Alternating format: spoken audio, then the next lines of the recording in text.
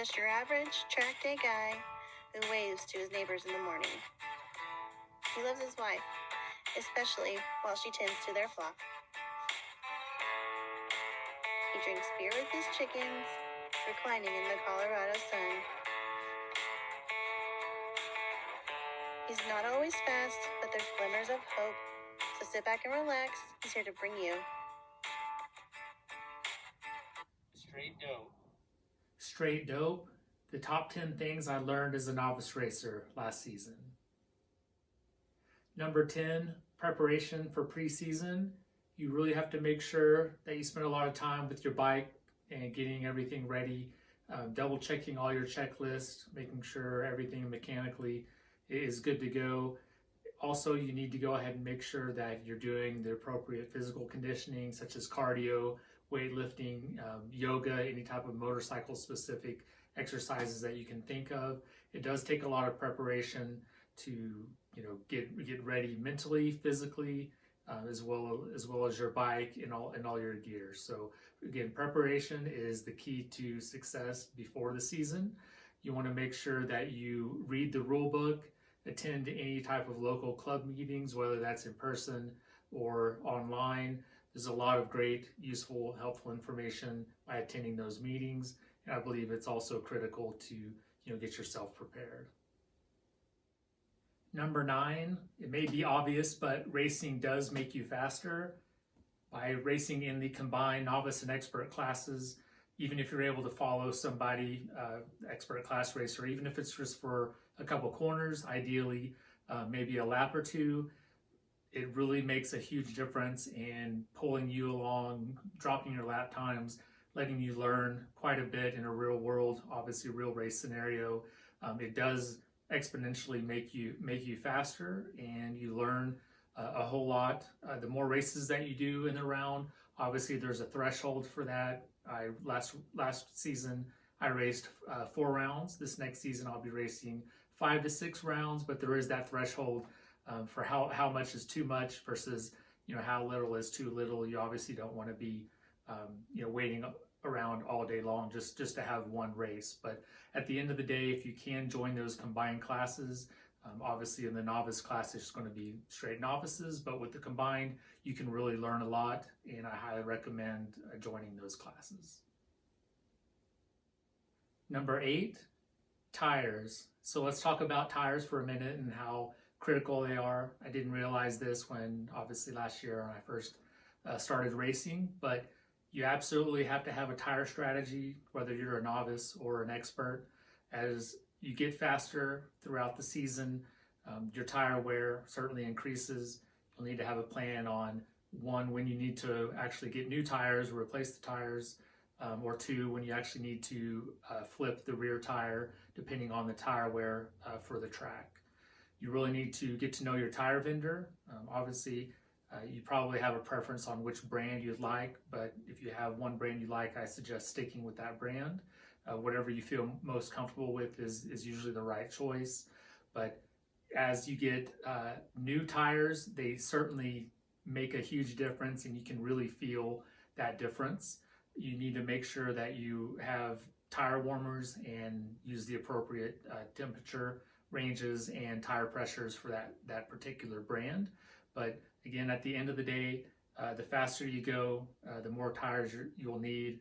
Unfortunately, they're not cheap, but at the end of the day, to be competitive and to podium or win, you'll need to have a good set of tires. Number 7, let's talk about shelter for weather. I know in different parts of the country, camping is all right. Other parts of the country, camping isn't. I found out the hard way this past year that you do need some type of solid shelter. We did have a carport for the majority of the year. However, we decided to go the camping route, and here in Colorado, the weather last year was just absolutely horrible. It was either cold and wet, or raining, which is even worse. And we found out real quick that our tent and our easy ups weren't sufficient to be comfortable or to last the season. Ideally, you do need some type of enclosed trailer at a minimum. a lot of tracks do have hotels close by, but again, last year we tried to go ahead and do the whole season as cheap and economical as possible. So we really didn't invest in an enclosed trailer, which we've since done for this year. But we just had an open trailer with our Easy Ups and actually an Easy Up camping cube, which worked really well whenever the weather was absolutely nice. But unfortunately, that wasn't the case this last year. So if you're not able to have a hotel nearby or live nearby, you certainly need some type of enclosed shelter, so that way when the weather does turn bad, you're not out in the cold. Number 6, it really is a lot of work. I suggest taking the minimal amount of stuff you need, keep it simple, have a checklist of everything, get it prepared before the weekend, get it all loaded up. Again, per the previous number 7, you need to have some type of enclosed trailer. Ideally, we went with the open trailer route last year, and whenever you pack everything up in an open trailer, then you have to unload it at the track. The last thing you want to do, which we found out, is at the end of the race weekend, you have to pack all that stuff back up into the open trailer and get everything tied down. It just takes a lot of extra time that you really don't feel like doing at the end of a race weekend. Make sure you know your schedule throughout the day. Make sure you have somebody there to hopefully help you out with that, to keep you on track. You really do need some type of scooter and cart to get around. You need to have the scooter because the track is pretty big, and if you want to cruise around, you don't want to be walking around all day getting tired and then coming back to your pits.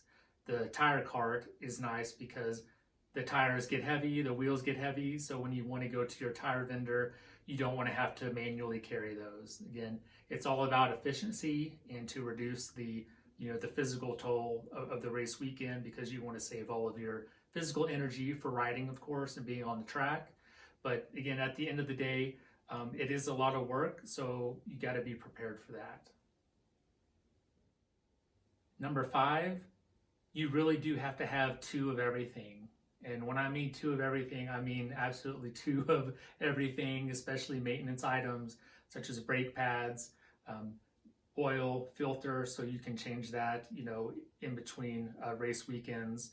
You want to make sure, in case you have a crash, that you have extra items such as, clip-ons, rear sets, extra body work, windshield, just anything that you can think of, you need 2 of, whether it's a suit, maybe not necessarily a helmet, because if you do, crash and hit your head, you're probably not going to be riding the rest of that weekend, but you would certainly need to get one before the next race weekend.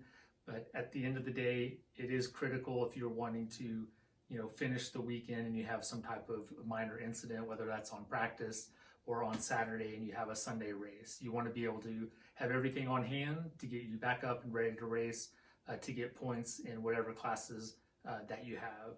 And you don't want to have to wait around for sport bike track gear, going online and having to order something, and then that might not come in by the time you have to race in the next round. So again, it is really critical that you have as much as you can for 2 items of everything that you'll need. Number 4, you really have to have a solid race weekend routine. You need to minimize your distraction. Again, it goes with kind of the other preseason preparation and order of everything, but you have to be scheduled and dedicated to that schedule. You need to know what races you're going to be racing in, and in the space between those races, so you can get the appropriate nutrition and rest. You absolutely need to know when the 3rd call is, 2nd call, and 1st call. But you do have to have an absolute checklist and a routine. That way you can, again, minimize the distractions and solely focus on the races that are at hand. Number 3, maybe another obvious one, but if at all possible, never go alone to the races or a track day if that's the case. But you really do need a second set of hands, eyes, a helper to assist with everything from putting fuel in the bike, to getting the tire warmers off, to maybe helping you with food, or just organization, keeping you on track. God forbid something happens and you crash, you really need somebody there that can assist you with getting your, one, taking care of you, but getting all your stuff, packed up and moved on if that's the case. But it really is important to have somebody there to help. That way you can solely focus on the racing. Number two, there's just really a lot of nice people at the racetrack and who are the fellow racers that you're out there with. I mean, 99% of the guys and gals, wives, kids, everybody is out there to support each other, and it's just a very friendly environment. It's certainly competitive when you're on the track, but when you're off the track, again, the majority of people are really nice, willing to help, especially if you're a novice racer. And a tip I have is if you have an opportunity, make sure you get like a carport or a location that's close with everybody else. That really helps you meet a lot of people and get the social aspect down of it. But if you're isolating yourself, way away from the paddock, as a novice racer, I don't really think that helps a whole lot. Again, you'll meet so many more people if you're, by the group, or have a paddock or carport, by the group. You are going to meet that 1% that's out there that may not be the most friendly type of people, could be rude or insulting possibly, but usually those guys are not the fastest guys, and you'll find out once you're on the track with them, you're usually faster than they are. But at the end of the day, it's an excellent environment, and one of the things that I learned is there are just so many great people out there, and it's a really fun experience. And the number one thing I learned last year as a novice racer is it is an unbelievable experience. It is rewarding. It's worth all the time and money that you put in to this sport that we love. It is just incredible. It's a great time, and you will not regret it one bit as you go through your season. You will get faster as you go through the season. Make sure you celebrate all of your successes and learn from any failures and opportunities that you have out on track. Again, it is a great community. Everybody has just been fantastic that I've met this past year. Make sure that you adapt and overcome to any obstacles that you have, whether it's throughout a race weekend or throughout the season. The championship is long. Every point counts. Every round counts. Make sure you're having fun, and if you do get a podium or win, just make sure you celebrate that. It's just really awesome. As a novice, there's so much opportunity.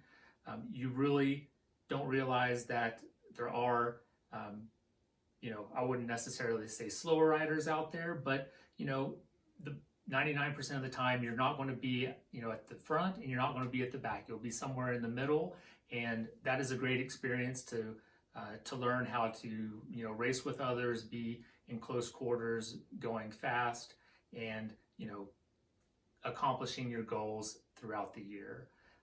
Just make sure that you're having a great time. If you win, it does feel great.